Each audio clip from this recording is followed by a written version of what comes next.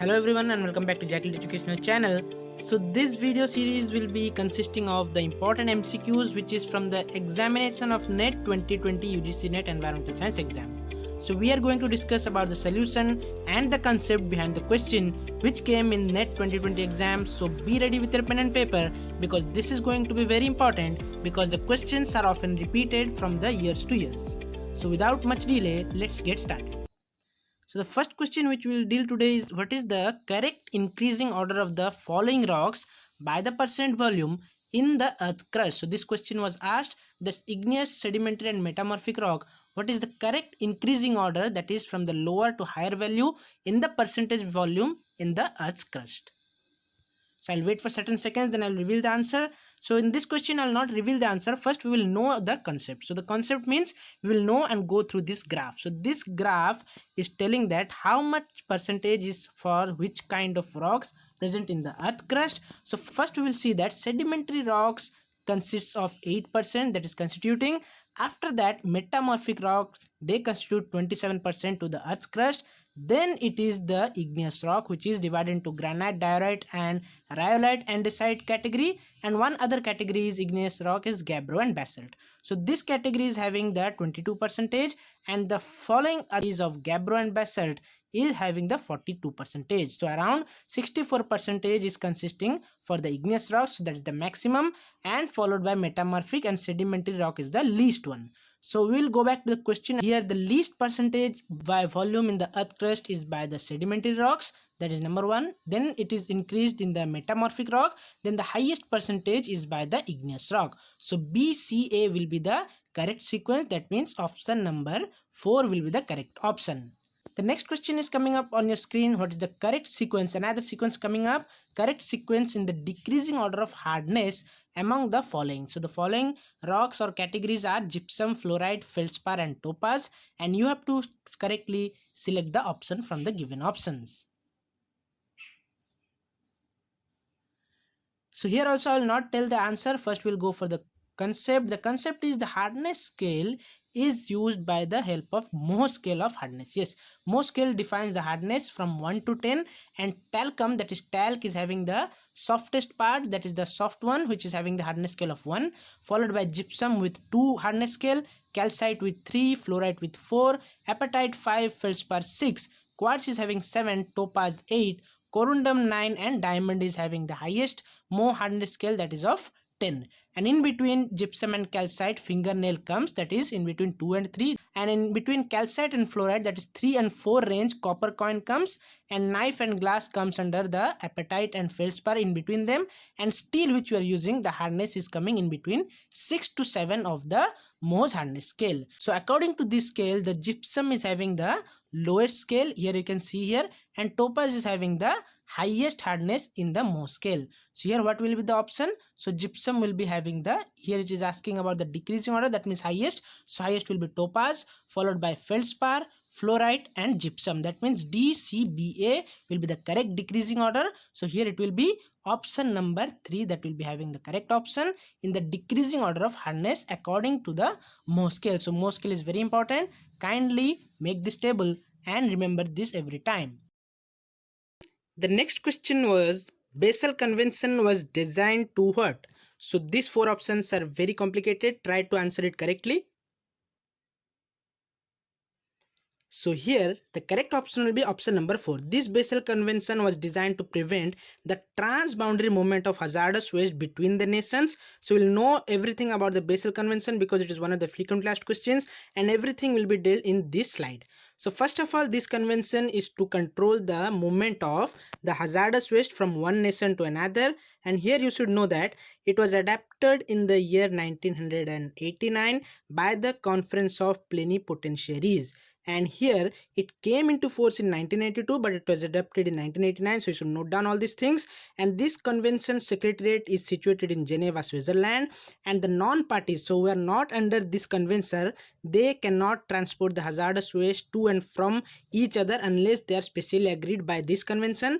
And the member nations to the convention are required to have domestic legislation for both prevention and the punishment of the illegal trafficking of such hazardous waste. So the nations which are are the member on this convention, they have to require a domestic legislation, and they have to prevent and give punishment to the illegal trafficking of the hazardous waste between the nations. Next point, you should note down that this convention ensures that the member nations control the generation. Those who are the member of this convention, they should control their generation, the storage, the transportation, treatment, reuse, recycling, recovery, and final disposal of the hazardous waste. Next important point is the Conference of Parties is a primary organ of the Basel Convention and is responsible to make decision about the operations of this convention. It meets biennially, so it is also important. So every 2 years this Conference of Parties, they meet for the Basel Convention. So write down all these things because they will be very, very important. Moving to the next question which came in the 2020 examination was the match the following, in which the list 1 was having the air pollutants and list 2 were the control techniques or equipments. So we'll match one by one, starting with the particulate matter 2.5. So they are effectively controlled with the help of electrostatic precipitator, and the sulfur dioxide is controlled using the scrubber technique. Similarly, the oxides of nitrogen are controlled using the selective catalytic reduction, and the coarse particulate matter are reduced and they are controlled using the cyclone collector. So these are important things. The techniques also you should learn. I'll provide the link of the video in which I have described these techniques in a brief manner. So let's move to the next question. The next question was assertion and reasoning kind of question. The assertion statement was some countries are immune to the impacts of climate change.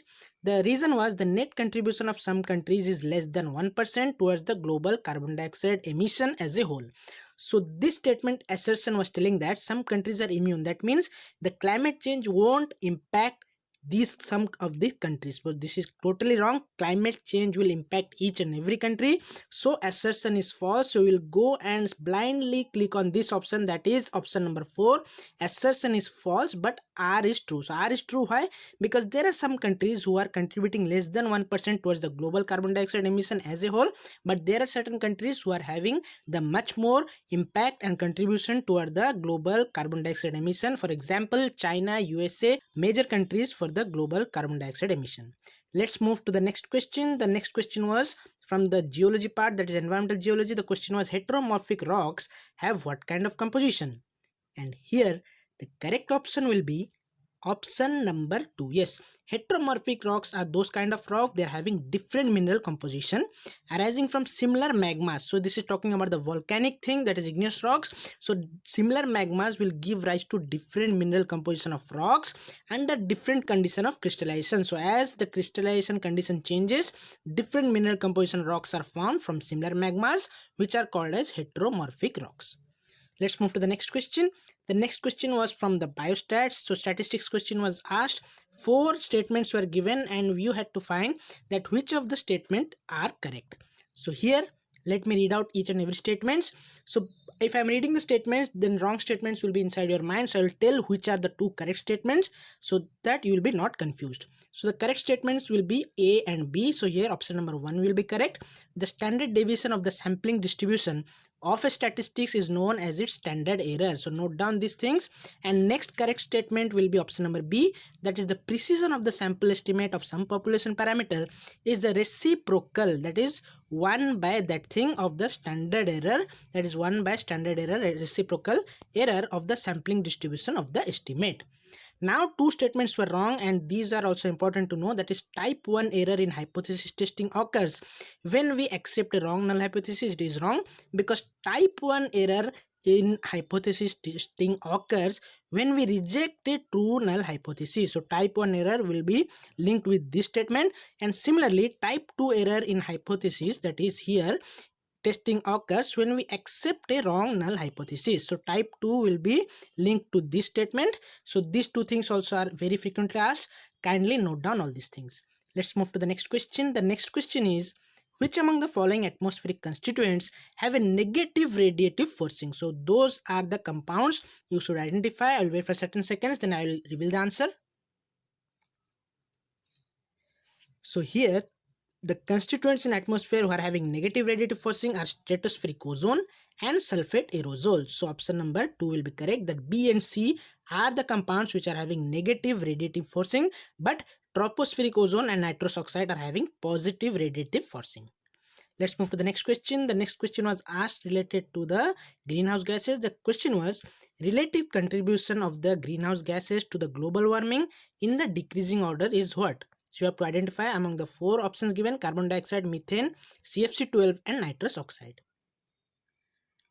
So here the correct option will be option number 2. Yes, the maximum contribution to the greenhouse gases among the 4 will be having for the carbon dioxide, that is number 1, followed by the methane, that will be number 2, then followed by nitrous oxide, which will be number 3, then finally CFC12, that will be number 4. So the option will be A, B, D, C in the decreasing order of the contribution to the greenhouse gases to the global warming. So these were some of the questions which we discussed in this video. I hope you have enjoyed this and learned something. So don't forget to subscribe the channel and hit the notification icon to get all the further updates. So see you guys in our next video, and you can join our Telegram group for regular quizzes. Till then, take care and believe in yourself.